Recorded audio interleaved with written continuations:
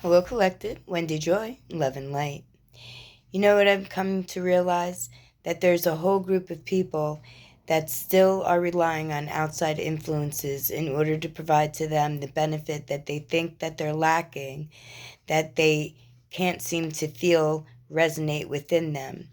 And all I can say is to all these people who are looking toward another energy in order to uplift or support or even encourage, the only other energy you should be looking toward and taking any kind of guidance or aligning your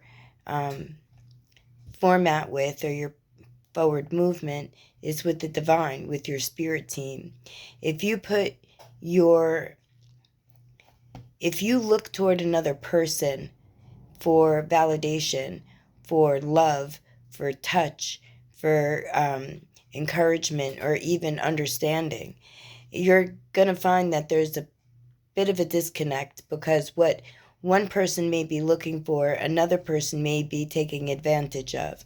Or what one person may be taking advantage of, another person is believing that there's real connection, when there's really no connection except using, abusing, or manipulation. And all I can say to all of these people is, I'm here for each and every one of you. I'm here to remind you that you have far more worth than what you give yourself credit for.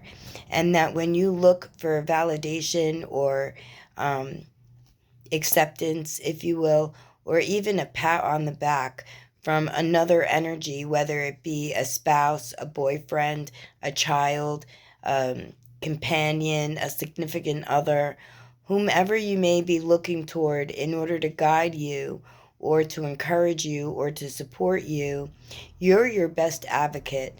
And your inner knowing will tell you the entire time. Your intuition will be alerted and be like a constant beacon. And you just might find yourself divulging information that maybe you wouldn't normally divulge to another outside individual. Let's just say that you're having an issue with a significant other and you go to a friend that, or an employer, or someone that is in the middle between you and the significant other, to see if maybe what you're sensing or you're feeling is something that another person who's dealing with that significant other may be experiencing as well. And it doesn't have to be a romantic version of it. It could be that maybe the other person notices that there's a disconnect between maybe technique or understanding or mindfulness or maybe even forgetfulness. And notice that these changes have been occurring and have been alarming to the other person. And if you, as the individual, goes to that person with your concerns and they have the same concerns, it's not your fault and it's not the other person's fault. It's the significant other's fault for enduring a lifestyle that doesn't benefit, with no potential and no possibility for growth. Because when you manipulate situations, all you're going to receive is just a tied up knot at the end, because you weren't forthright, you weren't trustworthy to begin with, you had ulterior motives. Regardless of what the other or the significant other's purpose is in order to mislead, it's still abuse no matter how you look at it. And if you allow the mental or the emotional, or God forbid, the physical abuse to stay within your energy, within your environment, then you're doing yourself a very big injustice. Like I've told a lot of people in the past, listen to what your voice tells you. Listen to your inner knowing. Listen to the signs. Feel the energy when you're in a position where there could be falsehood or illusions or misguidance or downright deception. because you're not wrong. You're not wrong at all. And when the situation plays out and you realize that you did listen to your intuition and you did go to another source to validate what it was that you were feeling, that's all fine and dandy. But you should really trust and rely on your instincts, on your inner knowing, because it won't lead you wrong.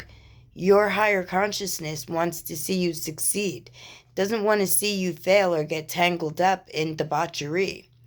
So when you find yourself, or if you find yourself in a situation similar to this, or some aspect of it, listen to what your inner knowing is telling you. And don't submit yourself to fold down or to make yourself small in order to fit into your significant other's world, because it should be an even give and take. It should be where both partners rely on each other for spiritual, moral, emotional, and physical upliftment through honoring self, being self-empowered and holding your boundaries and listening and heeding and moving in a manner that may not feel comfortable at first, but will lessen the distance between debauchery at the end, because you would have severed the connection, or you would have put an ultimatum out that said, if you want to be with me, then this is how it's got to be. And if that other person, the significant other, isn't able to give to you the commitment, then that says everything right there. It's something that's just for fun, that wasn't meant to last long, that was already contracted to fade out. But before it fades out, there's a lesson that you need to learn, that you need to hold yourself in high value. You need to remember your worth. And there is not another person in this world, and I don't care who they may be to you, that means more than you. Because everybody is equal and everybody has the same value. It's whether or not you choose to honor your value and recognize your worth and stand tall in your convictions and set boundaries of what you will and will not allow to enter your field. And in the end, it'll make you a stronger, more well-rounded individual, able to see any type of illusions or debauchery before it even settles into your field. And you'll be able to migrate in a direction that would be more beneficial, that will offer the potential or the possibilities that you actually deserve, because everyone deserves to be recognized and loved. But when you realize that when you recognize the love starts with you and is embellished by you and is returned to you, then that's an equal give and take.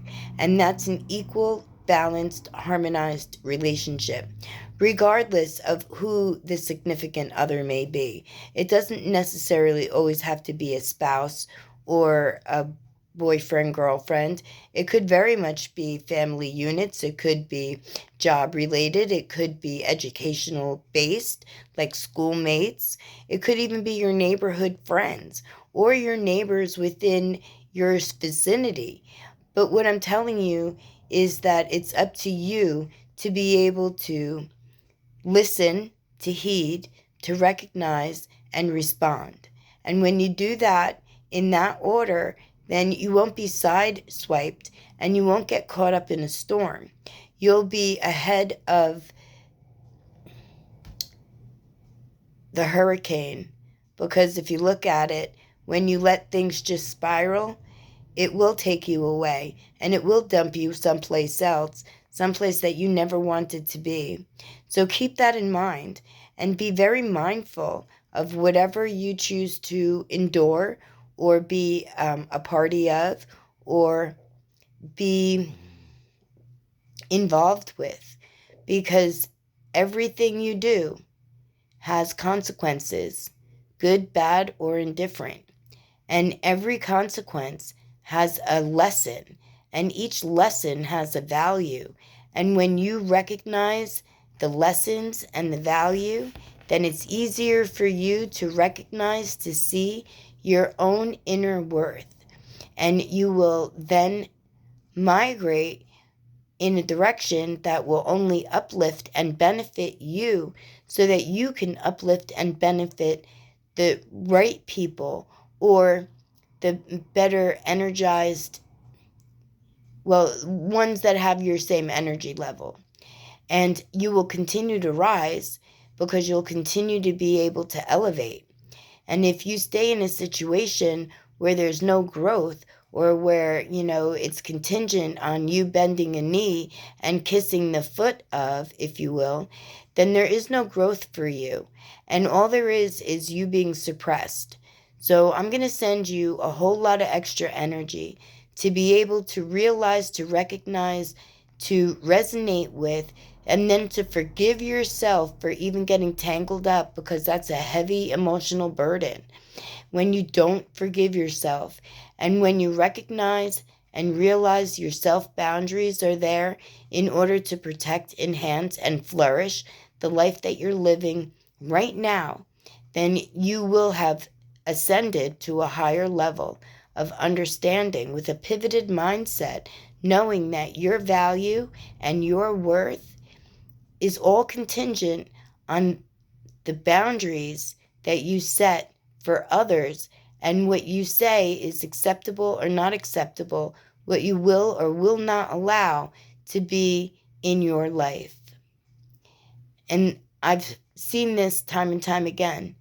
And this, and I will tell you, was a hard decision for me, because after a long period of time of enabling, I thought that I was trapped in a situation that I couldn't get out of, because I took way too much time making sure that the significant other, whoever they are, right, in my life, had what it was that they needed to survive, because I honestly didn't believe that they could do it on their own.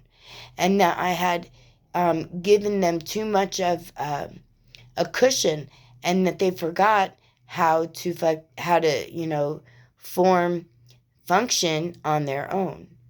And it turned out that they were able to handle and cultivate a great life for themselves, and they did fall a lot, and they did make mistakes, but they're getting up each time stronger and more well-rounded, and able to see what could be coming, and then respond and not react, or add more positivity and less negativity by finding doable solutions that would benefit everyone.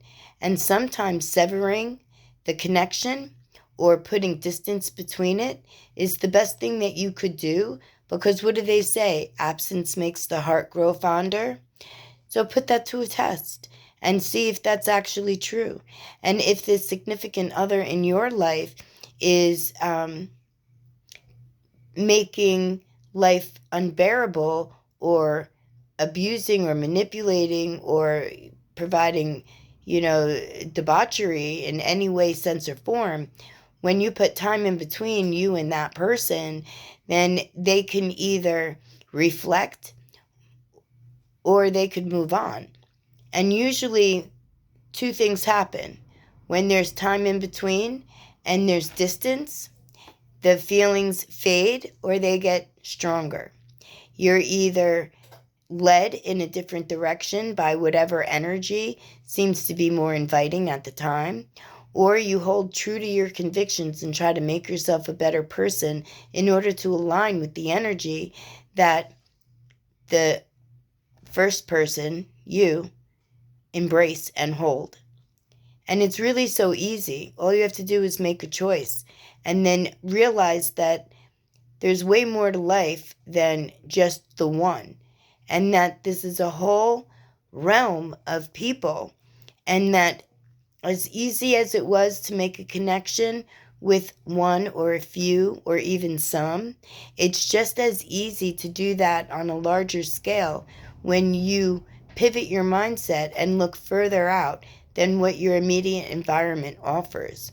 And you just might find that growth and evolution and development will come flooding in a multitude of ways.